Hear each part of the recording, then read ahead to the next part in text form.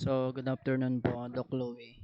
This is my final requirements in ITPRC 9. Then, this is my CRUD website. And, proceed po tayo dito sa code. Which is yung code na nagawa ko po, which is yung PHP. And, nag-connect po siya sa MySQL connect, then localhost root. Then, delete from student where in ID. Then, nag-query po ako para ma-connect yung query. And yung data is na-delete and header. Then location, student. Then session status. Then yung data is dinilit uli. Then gumawa po ako ng code dito sa student which is yung doctype HTML. Then nag-button po ako ng trigger modal. Then student information like yung mga model Tagalog DIB, model Tagalog header content and form action, then code. Pinuksan ko po yung SAMP.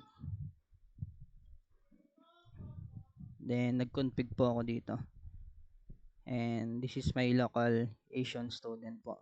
Which is yung mga dashboard, student, chart, components, mga forms, icons, stats, table, typography, user interface, layout, and about. Then, nag-code po ako dito ng student edit. Which is yung mga doc type, HTML lang, meta, and chart set.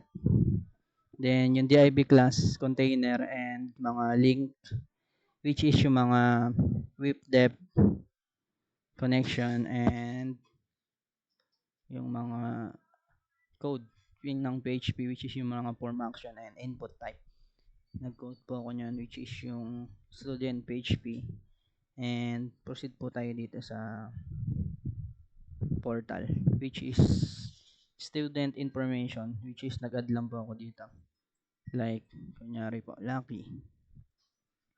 Age, 22. Contact number, 0906-312-7499. Then, save. Yun po. Lumabas po siya. Dito sa student information. Add po ulit ako. Sunny, 23.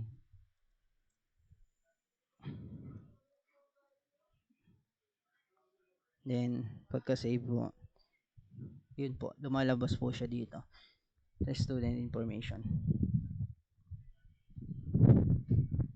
Yun lang po and thank you.